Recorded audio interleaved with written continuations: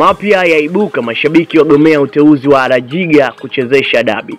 Saa chache mara baada ya bodi ya ligi kutangaza majina ya waamuzi watakaochezesha mchezo ujao wa dabi ya Kariakoo Dar es Salaam, mashabiki wametoa maoni yao juu ya uteuzi wa waamuzi hao. Waamuzi watakaochezesha mchezo huo ni Ahmed Arajiga kutoka mkoani Manyara, ambaye atakuwa na mwamuzi wa kati akisaidiana na washirika vibendela wawili ambao Mohamed Mkono Hasimu Mpanga kutoka jijini Dar es Salaam. Saa chache mara baada ya kutolewa kwa taarifa hii, mashabiki na wadau mbalimbali wa soka nchini Tanzania wameonyeshwa kutokulizishwa na waamuzi walioteuliwa, hasa Ahmed Arajiga ambaye amepewa dhamana ya kushika kipenga kwenye mchezo huo. Mashabiki walio wengi wametoa mawazo yao kwamba bodi ya ligi hawana uweledi mzuri kwenye kufanya uchaguzi wa waamuzi, na ndio maana mechi nyingi za ligi hivi karibuni wamekuwa wakipangia Ahmed Arajiga. Mashabiki hao wamefika mbali sana kwa kusema kwamba ndani ya NBC Premier League kuna waamuzi wengi wenye ubora mkubwa wa kuamua mechi hizi kubwa,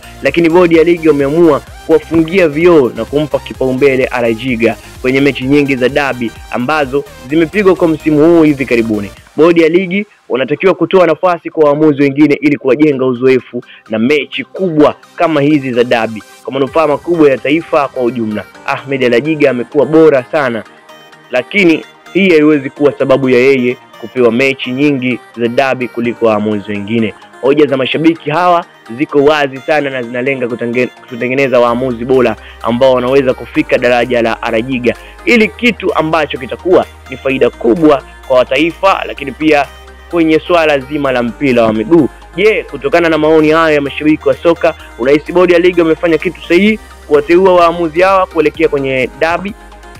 Unaweza ukaacha comment yako hapo chini, alafu mimi nitapita nayo baadaye. Kama ulivyoandika ndivyo ambavyo mimi nitaweza kupita nayo.